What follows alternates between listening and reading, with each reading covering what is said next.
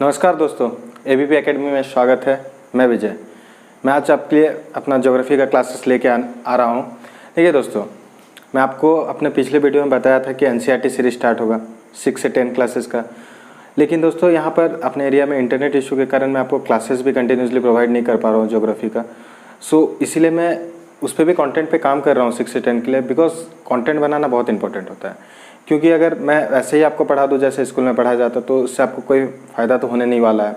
मैं कोशिश कर रहा हूँ कि अच्छा से कंटेंट बनाऊँ, हर चीज़ को जो भी छुपा है एनसीईआरटी में क्या होता है वर्ड छुपे रहता है, उस चीज़ को मैं डिस्क्राइब कर पाऊँ। जैसे आप हिस्ट्री में पढ़े होंगे, हिल्स के बारे में बताया गया है, सुलेमान हिल्स, बट वहाँ पर सर बता नहीं पाते हैं कि कहाँ पर, उस चीज़ को लोकेट नहीं करते हैं। मैं कोशिश करूँगा उस चीज़ को आपको लोकेट करके दिखाऊँ, उसीलिए कंटेंट बनाने में थोड़ा टाइम लग रहा है। उसके लिए थोड़ा वेट करिए, मैं ज़रूर आपको बताऊँगा। देन आपके लिए कुछ मैं बताना चाहता हूँ। हम लोग कभी आपके लिए ग्रुप क्रिएट किए हैं टेलीग्राम पे, जिसका नाम है एबीपी एकेडमी ग्रुप है। उसमें क्या आपको सारा पीडीएफ मिलेगा आपसे, जो यहाँ पर क्लासेस हो रहा है, या तो एक्स्ट्रा कुछ पीडीएफ, या हर दिन आपको कुछ क्वेश्चन मिलेगा जिससे आप सॉल्व करके अपना एग्ज़ाम को, मतलब एग्ज़ाम में क्वालिफाई करने के लिए अपने आप को स्ट्रेंथन कर पाए। एबीपी एकेडमी चैनल जिसमें बनाया गया, मैं उसका लिंक आपको डिस्क्रिप्शन में दे दूँगा।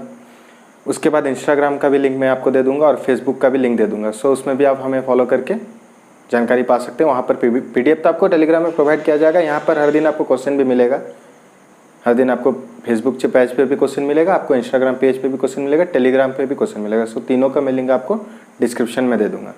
मैं और एक आपसे बात करना चाहता हूँ ये चीज़ पे कि ज्योग्राफी, आप ज़रूर सोचते होंगे कि ज्योग्राफी हम लोग जल्दी जल्दी रैप अप कर रहे हैं, ज़रूर सोचते होंगे। लेकिन ज्योग्राफी आपको पता है बहुत ही वास्ट और बहुत ही डायनेमिक सब्जेक्ट है। तो रैप अप मैं जल्दी नहीं कर रहा हूँ, लेकिन आपके एग्जामिनेशन के हिसाब से मैं वो कोशिश कर रहा हूँ कि आपको जितना ज़रूरत है उतना ही दिया जाए।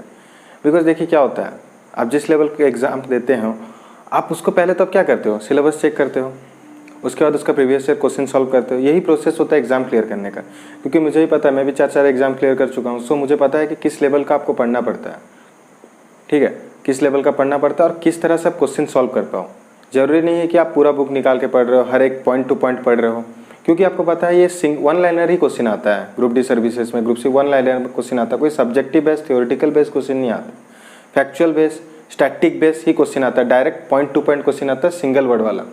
पता होगा वन लाइनर एमसीक्यू क्या होता है। अब तो हम लोग का प्रीवियस ईयर एमसीक्यू सीरीज भी चल रहा है, आप उसे भी वॉच आउट करिए कि उसमें क्या, मतलब किस टाइप का क्वेश्चन आ रहा है, जेई का छोड़ा जा रहा है, फिर आपको जीडी, सीएचएसएल का एमसीक्यू सीरीज आया है, उसे भी आप चेक करिए। तभी क्या है, अब जितना आपको यहाँ पर दिया जा रहा है, ये नहीं है कि आपको कुछ अलग है। आप एक बार क्वेश्चन सॉल्व करिए प्रीवियस ईयर का, आपको पता चल जाएगा कि किस लेवल का क्वेश्चन आता है। और अभी पढ़ने के लिए हम लोग यहाँ पर जैसे कि आज लेके आए, जैसे एटमॉस्फेयर के बारे में जानेंगे, 5 लेयर होता है जो एटमॉस्फेयर में, उसके बारे में जानेंगे। यहाँ एक एक पॉइंट में ऐसा बहुत सारा चीज़ है आपको जो बताना चले। आपको तो सिविल सर्विस प्रिपेयर करना है नहीं, आपको ग्रुप डी सर्विसेज निकालना है। मैं कोशिश यही करता हूँ कि पॉइंट टू पॉइंट चीज़ दिया जाए, जिससे कि आप अपने आप को एनरिच कर पाए और वो एग्ज़ाम क्लियर कर सकें। ज़्यादा आपको डिटेल्स देने का ज़रूरत यहाँ नहीं है बिल्कुल। अगर आपको ज़्यादा डिटेल्स मिलेगा तो आप उस चीज़ से आप बोर लगने लगेगा और वो क्वेश्चन आपका एग्जामिनेशन में आता भी नहीं होगा। मैं इतना ही कोशिश करता हूँ कि आपका एग्जामिनेशन में जो आए, इसलिए मैं अपने आई बटन पे आपको लिंक भी दे दूँगा, मतलब अपना ज्योग्राफी चैनल का, उस क्लासेस को भी वॉच आउट करिए। देखिए, मैं जब दूसरा टॉपिक पे वीडियो बनाता हूँ, जैसे फ्लड पे बनाया है, पेगासस पे बनाया है, या लैंडस्लाइड पे हम लोग का टीम के द्वारा से बनाया गया, उसमें हम लोग क्या कोशिश करते हैं, आपको पूरा डिटेल्स देते हैं ना। इस पे क्या होता है, हम लोग ये एक परफेक्ट एक एग्जाम बेसिस के लिए बनाते हैं। इसमें हम लोग ज़्यादा डिटेल्स नहीं दे सकते हैं, आपको ज़्यादा डायनेमिक वे से अप्रोच नहीं करा सकते। जैसे कि लैंडफॉर्म्स, फॉर एग्जांपल हम लोग लैंडफॉर्म्स में क्या क्या लैंडफॉर्म्स होता है, प्लेन्स होता है, प्लेट्यू होता है, माउंटेन होता है। हम लोग उसमें आपको जोन के हिसाब से बता सकते हैं सबडक्ट जोन क्या होता है, लेकिन हम चाहते नहीं कि उतना डीप जाए। उस डीप से ना क्वेश्चन आने वाला है, और आप उस डीपनेस जाए तो आपको बोर भी लगने वाला है। हम लोग कोशिश करते हैं जितना क्वेश्चन आए उतना ही पढ़ाए। आपको क्या होगा, अच्छा भी लगेगा और एग्ज़ाम भी क्लियर होगा। मैं भी पहले गलती करता था कि पूरा डीपनेस में पढ़ने खोजता, जिससे एग्ज़ाम नहीं क्लियर होता था, अंदर चल जाता, फैक्चुअल पॉइंट छोड़ देता था, सब्जेक्टिव वे में जाने खोजता था। फैक्चुअल वे में पढ़िए, स्टैटिक वे में पढ़िए, तो आपका एग्ज़ाम भी क्लियर होगा, आपको पढ़ने भी अच्छा लगेगा। अभी देखते हैं हम लोग कौन क्लासेस की ओर बढ़ते हैं, क्लासेस चेक करते हैं। क्या आज पढ़ेंगे हम लोग आज पढ़ेंगे एटमॉस्फेयर। एटमॉस्फेयर क्या होता है, क्या क्या लेयर होते हैं, छोटा सा टॉपिक है। अब देखिए, पहले एटमॉस्फेयर में जाने से पहले आखिर जान लेते हैं क्या है इस डायग्राम के थ्रू। देखिए, फर्स्ट ऑफ ऑल है लिथोस्फीयर। लिथोस्फीयर क्या है, मैं आपको बताया था प्रीवियस क्लासेस में, लैंड एरिया, जमीन, उसे हम लोग लिथोस्फीयर कहते हैं। जैसे कि पहाड़ वन टाइप ऑफ लैंडफॉर्म है, तो उसे हम लोग क्या कहेंगे, लिथोस्फीयर। हाइड्रोस्फीयर, हाइड्रोस्फीयर क्या होता है, वाटर। फ्लड का क्लासेस में भी आपको हाइड्रोस्फीयर के बारे में डिटेल बताया था, उसको भी चेकआउट कर सकते हैं। और एक है एटमॉस्फेयर, जिसके बारे में हम लोग पढ़ेंगे। और ये तीनों जहाँ पर एक जगह जो नैरो जोन होता है, जहाँ पर तीनों एक दूसरे से मिलते हैं, उसे हम लोग कहते हैं बायोस्फीयर। समझे, उसे कहते हैं हम लोग बायोस्फीयर। सो हम लोग अभी बढ़ते हैं एटमॉस्फेयर की ओर। उसके बाद लेयर्स भी देखेंगे, 5 लेयर्स होता है। देन हम लोग इंसुलेशन जानेंगे। इंसुलेशन होता है क्या है, पढ़ने के लिए इसमें हीट बजट भी पढ़ सकते हैं, लेकिन हीट बजट पढ़ने से क्या होगा, एग्जामिनेशन में क्वेश्चन तो आने नहीं वाला हीट बजट से। सो हम लोग इतना आपके लिए नॉर्मल रखते हैं कि जो एग्जामिनेशन में आ सके। ठीक है, अब देखिए एटमॉस्फेयर। एटमॉस्फेयर क्या होता है, the envelope of air that completely surrounds the earth is known as atmosphere. Simple सा मीनिंग है, ये अर्थ है, अर्थ के चारों तरफ एक लेयर होता है, उसी को ही हम लोग एटमॉस्फेयर कहते हैं। एटमॉस्फेयर क्या है, एयर, हवा, उसी को हम लोग एटमॉस्फेयर कहते हैं नॉर्मली।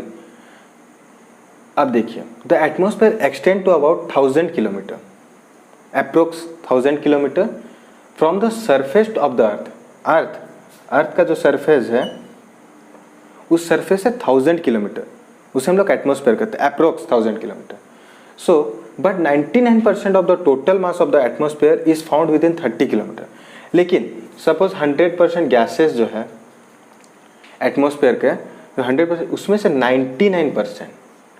99% विद इन 30 किलोमीटर्स के अंदर फाउंड होता है। कैसे, मैं बताऊंगा आपको ट्रोपोस्फीयर जब पढ़ाऊंगा।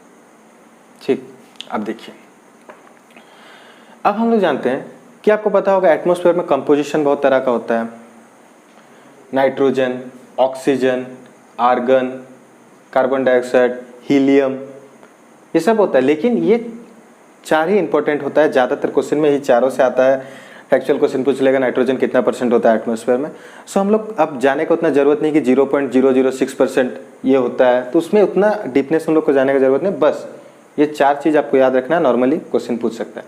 नाइट्रोजन कितना % होता है, सबसे ज़्यादा एटमॉस्फेयर में गैस है नाइट्रोजन। नाइट्रोजन होता है 78%। उसी तरह ऑक्सीजन 20.5%, आर्गन होता है 0.93% और कार्बन डाइऑक्साइड 0.04%। सो देखिए, थोड़ा हम लोग जान लेते हैं कार्बन डाइऑक्साइड क्या होता है। कार्बन डाइऑक्साइड जानना जरूरी है, बहुत ही इंपॉर्टेंट होता है कार्बन डाइऑक्साइड।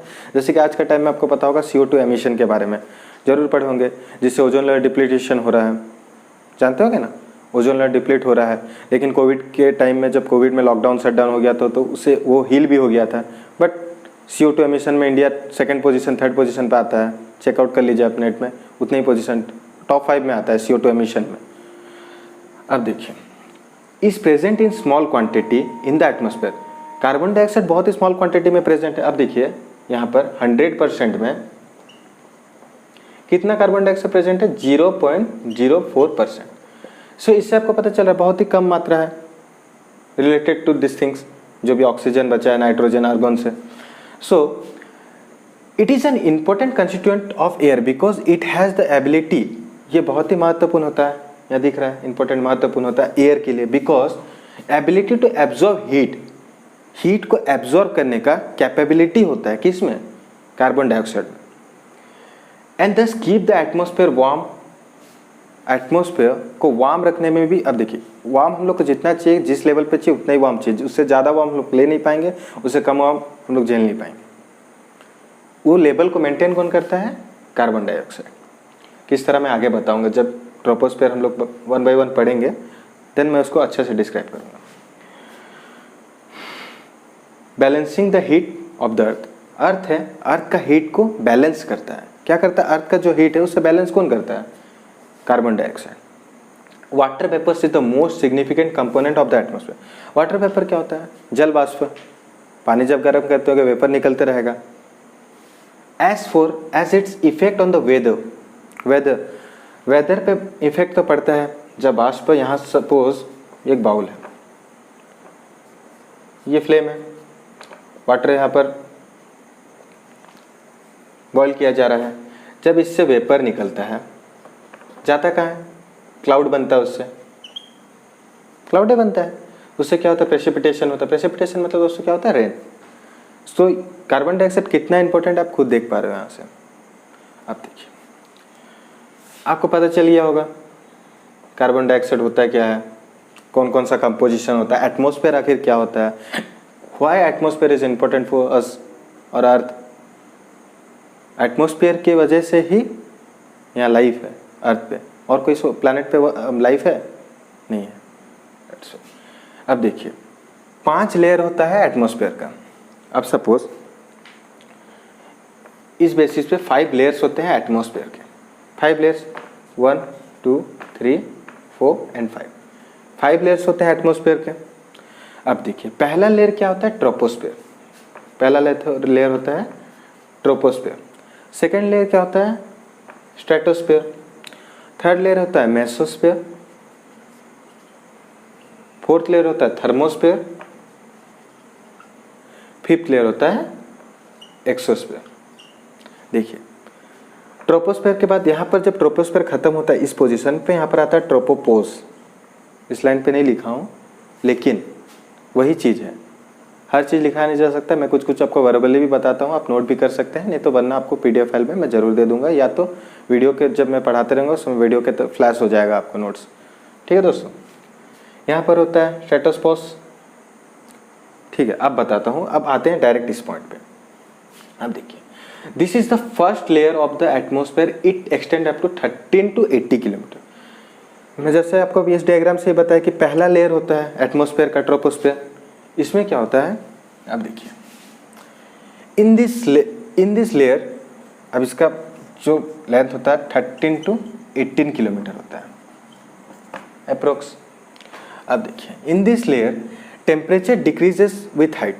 क्या होता है आपको पता होगा, सपोज ये सदर्न स्टेट है, यहाँ पर मिडिल स्टेज आता है, जैसे MP आता है, छत्तीसगढ़ आता है, उड़ीसा आता है। ऊपर में क्या रहता है अपना J&K, लद्दाख रीजन। आपको पता होगा जब आप ऊपर की ओर जाते हैं एल्टीट्यूड में, तो वहाँ क्या होता है, प्रेशर कमता है। हाइट के साथ क्या होता है, मतलब इन दिस लेयर टेम्परेचर डिक्रीजेस। जब गर्म ऊपर जाते ठंडा बढ़ता है कि नहीं, ठंडा बढ़ता है। This is due to fact that density of air decreases. घनत्व, डेंसिटी का मतलब होता है घनत्व। अब सपोज घनत्व का मतलब क्या होता है बताता हूँ। सपोज आप एक स्टेट में रहते हो, वहाँ का डेंसिटी, पॉपुलेशन डेंसिटी, मैं आपको फैक्चुअल क्लास में जब पहला क्लासेस लिया था आपको डेंसिटी का भी बताया था। डेंसिटी क्या होता है, suppose this is a place, single सा प्लेस है। सपोज यहाँ पर इस छोटा सा प्लेस में 5000 लोग रहते हैं।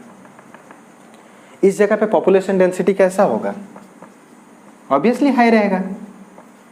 अब suppose this is a place, this is also one type of place, this kind of place. इसमें क्या होता है, सपोज 50 पीपुल्स रहते हैं, यहाँ का डेंसिटी क्या होगा, लो। इसी तरह जब एयर डिक्रीजेस होता है, मतलब डेंसिटी जब मतलब हाइट बढ़ता है, तो उससे क्या होता है, डेंसिटी ऑफ एयर कमता है, डिक्रीज होता है ना with height, and so heat absorbed is less. मतलब ऊपर की ओर जब जाते हैं, जब आपको मैं पूरा बताऊंगा ऊपर की ओर ट्री कैसा होता है, कॉनिफेरस ट्री होता है, क्यों होता है, एडेप्टेशन क्या होता है। एडेप्टेशन ही होता है बहुत बड़ा इंपॉर्टेंट चीज़, ज्योग्राफी का गेम ही वही है एडेप्टेशन, बताऊंगा इस चीज़ के बारे में। So that the heat is observe less, तो गर्म कम लगता है उस समय, हीट को ऑब्जर्व क्यों बताऊंगा, उसका भी रीज़न बताऊंगा क्यों हीट ऑब्जर्व कम होता है। अब देखिए मैं रैप कर लेता हूँ पहले इस चीज़ को।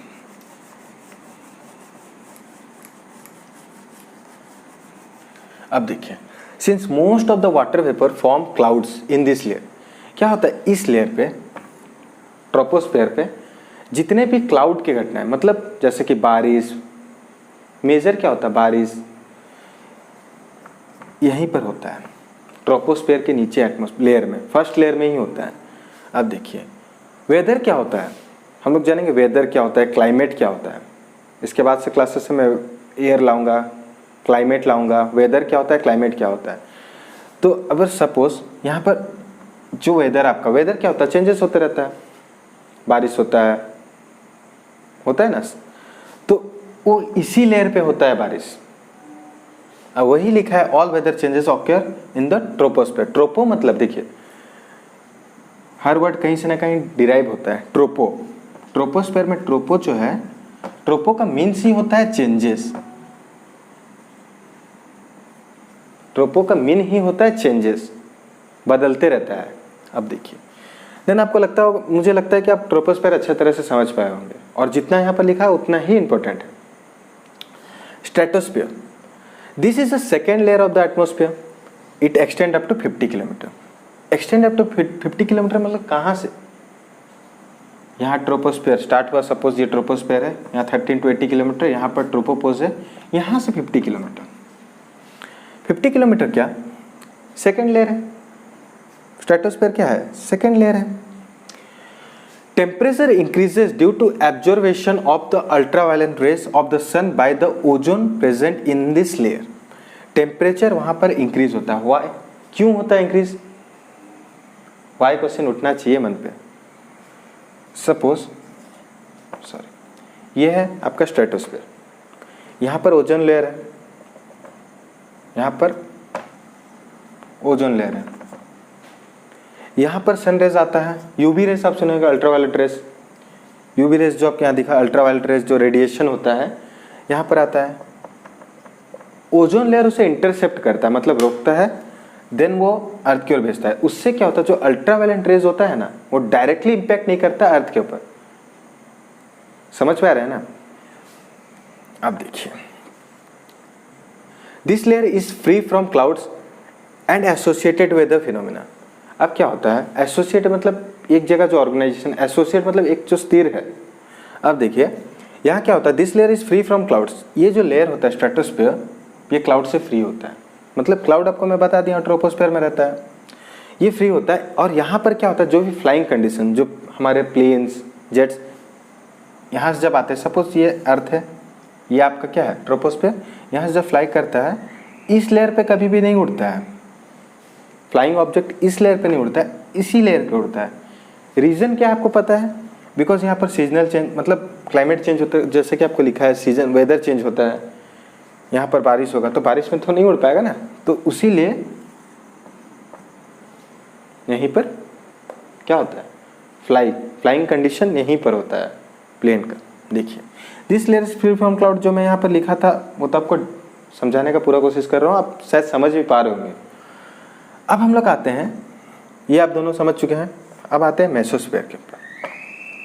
क्या है मेसोस्फीयर? सिंपल सा बात है, मेसोस्फीयर क्या है? मेसोस्फीयर अपना थर्ड लेयर है एटमोस्फीयर का। फर्स्ट क्या है ट्रोपोस्फीयर, सेकंड क्या है स्ट्रेटोस्फीयर, थर्ड है mesosphere. The mesosphere extend up to height of 80 kilometre. कितना? 80 kilometre, 80 kilometre. Here the temperature decreases again. Why, क्यों डिक्रीजेस? इस जगह पे ना अपना जो स्ट्रेटोस्फीयर पे 4 डिग्री सेल्सियस इंक्रीज होता है टेम्परेचर। नोट्स आपका जो बनाया जाता है दोस्तों, मैं हर तरफ से कोशिश करता हूँ, हर तरफ से नोट्स गैदर करूँ, अपना नोट्स, प्रीवियस जो नोट्स है, कुछ बुक्स, तो मैं आपको अपना लिंक, मैं आपको लूसेंट का लिंक भी दे दूँगा आपको डिस्क्रिप्शन में, वहाँ से आप ये बुक परचेस कर सकते हो। इससे क्या होगा, आपको मैं यहाँ जो पढ़ा रहा हूँ PDF तो आपको जरूर मिलेगा, लेकिन आपके पास एक रेफरेंस बुक भी रहेगा जिससे आप रिवाइज कर पाओ चीज़ को। पॉइंट टू पॉइंट होता है लूसेंट में। सो मैं आपको डिस्क्रिप्शन में लिंक दे दूँगा, आप वहाँ से परचेस कर सकते हो। अब देखिए, मैं आपको पता है 80 किलोमीटर्स का हाइट होता है, देन वहाँ पर क्या होता है, temperature decreases again, falling low कितना होता है 90.6 डिग्री सेल्सियस। अब देखिए, the end of this layer is known as mesopause. जैसे मैं आपको बताया था, ट्रोपोस्फीयर स्टार्ट हुआ, ट्रोपोपोज, स्ट्रेटोस्फीयर स्टार्ट हुआ, स्ट्रेटोपोज। उसी तरह मेसोस्फीयर का एंडिंग पॉइंट होता है मेसोपॉज। पॉज मतलब क्या होता है, वीडियो देखते होंगे, पॉज कोई चीज़ को रोकना, उसी टाइप का, वहाँ लेयर खत्म हो जाता है। अब देखते हैं thermosphere. It extend to a height of about 513 kilometre approx. हर बुक में कुछ अलग ही लिखे रहता है किलोमीटर के हिसाब से, so this is not important thing, concept is important thing. In this layer temperature rises dramatically up to 2.2482 degree Celsius. नाम से नहीं पता चला, थर्मोस्फीयर, यहाँ पर राइज होता है, चेंजेस, ड्रामेटिकली मतलब चेंजेस होता है। आप देखिए कितना यहाँ पर है 2482 degree Celsius. This layer is also known as ionosphere. Ionosphere क्या होता है? जहाँ पर आयन जनरेट होता है, negative positive current, positive negative. तो इसका हम लोग को डीप में जाने का जरूरत नहीं है कि क्या होता है नेगेटिव पॉजिटिव, कैसे अर्थ पे इम्पैक्ट करता है। तो इतना डीप जाने का जरूरत नहीं जिससे कि आपका एग्जाम में कोई क्वेश्चन है। चेक कर लीजिएगा, इससे कोई क्वेश्चन नहीं आता रहेगा। प्रीवियस ईयर क्वेश्चन देखिए, हम लोग का ही चैनल पे सीरीज आपको चलाया जाता है, देखिए आप। अब देखिए, the thermosphere also protect us from matters because high temperature पर। अब देखिए थर्मोस्फेयर हम लोग को कैसे सेव करता है। अब देखिए, जब मतलब हम लोग के जो कहाँ स्पेस में मेट्रोइड्स होते हैं, मेट्रोइड्स होते हैं, एस्ट्रॉइड्स होते हैं।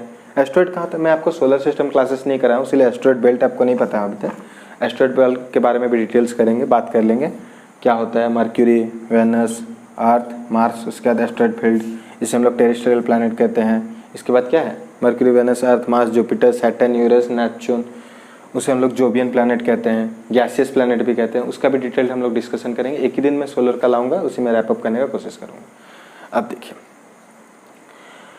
ये आपको पता चल गया कैसे अगर कोई चीज़ रैपिडली हम लोग के अर्थ की ओर आ रहा है।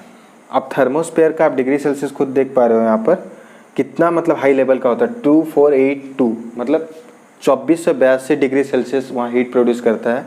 सो जब एयर से आता है, इस लेयर तक आते आते इतना गर्म होता है उस जगह कि वो बर्न हो जाता है, जल के राख हो जाता है, तो वो अर्थ को नहीं आ पाता है।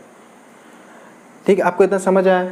अब हम लोग देखते हैं last 5th layer, exosphere. Exosphere क्या होता है? This is outer most layer of our atmosphere. सबसे आखिरी, सबसे लास्ट लेयर होता है अपना एटमोस्फेयर का। This layer contains only traces of gases. इस लेयर पे खाली गैसेस के बारे, गैसेस का ही हम लोग को ट्रेसेस मिलता है। ट्रेसेस मतलब वहीं पर उतना ही जानकारी गैसेस का मिला, जैसे कि क्या है, ऑक्सीजन, हम लोग यहाँ भी पढ़े थे, oxygen, nitrogen, argon, carbon dioxide, helium. Because the lack of gravity. Earth पे आपको क्या पता है? आपको पता होगा, ग्रेविटी के बारे में जरूर सुनेंगे। Magnetic field, earth is one type of magnetic field. आप कोई भी चीज़ ऊपर फेंको तो नीचे ग्रेविटी पुल करता है उसे, जरूर है ग्रेविटी। उसी तरह इस जगह पे क्या है? Lack of gravity allows the gas molecule to escape easily into space. Sir यहाँ पर जब first layer, second, third, fourth, fifth, यहाँ पर ग्रेविटेशनल पुल है ही नहीं अर्थ की तरफ से। सो यहाँ पर क्या होता है, जो गैसेस होता है इजीली एस्केप कर देता है। कहाँ पर? स्पेस में, आउटर मोस्ट पार्ट, इजीली बाहर की ओर चल जाता है स्पेस में, क्योंकि यहाँ पर ग्रेविटेशनल पुल है ही नहीं अपने अर्थ की तरफ से। मैग्नेटिक फील्ड, अब मैग्नेटिक फील्ड से आपको पता है ना, कोई भी चीज़ ऊपर फेंकते हैं हम लोग नीचे क्यों आता है? Due to gravitational forces. उसी तरह ये क्या होता है, जो गैसेस स्पेस की ओर निकल जाता है, एस्केप मतलब वहाँ से निकल जाता है। सो जितना मतलब जो 5 लेयर था हम लोग डिटेल डिस्कशन कर चुके हैं। अब लास्ट इंसुलेशन। इंसुलेशन आखिर होता है क्या है? कुछ नहीं होता इंसुलेशन, सूर्य ताप, सूर्य का किरण को ही हम लोग इंसुलेशन कहते हैं। Insulation is the incoming solar energy intercepted by the earth. Stratosphere में बताया था ना, ओजोन लेयर के बारे में। अर्थ के पास जो भी, आपको तो पता होगा, अर्थ का खुद का एनर्जी तो नहीं है। हीट, लाइट कहाँ से मिलता है हमें? सन से मिलता है।